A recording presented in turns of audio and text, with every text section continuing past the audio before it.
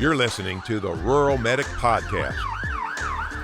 Welcome back to the Rural Medic Podcast. Last week in episode 2, we discussed the importance of knowing where you're going and what you want. Building a solid foundation of where you're headed is critical. However, the second piece of this puzzle is just as important. Who are you, and what are your core values? Have you ever worked alongside that EMT or paramedic who takes the shape of their container?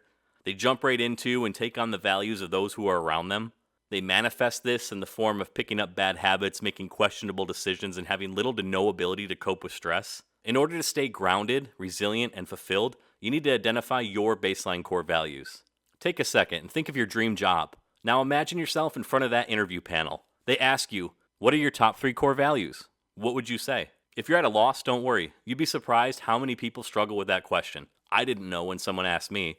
I really had to spend some time self-reflecting. People not only struggle with the question itself, they struggle with the ability to even list 3 values. Needless to say, brainstorming and locking in these values plays a critical role in building resilience. It serves as a guiding principle that will anchor us during challenging times. Once you discover and reinforce who you are and your personal values, you'll discover a new level of resilience. A level of resilience that allows you to navigate the toxicity of the ambulance bay at shift change. A level of resilience that will allow you to take on and overcome the stress of that last call. A level of resilience that you can use to help your partner navigate and discover their own core values. Next week, we're going to do an exercise that'll help you narrow down some values. However, in the meantime, if you have time, or just a few minutes, self-reflect and write down some values that you can think of. Think about who you are and who you want to be. After we lock in who we are and what we want, the world needs to start to prepare for our arrival. Remember, our time is the most important and critical resource we have. What are you going to do today to make the most of your time?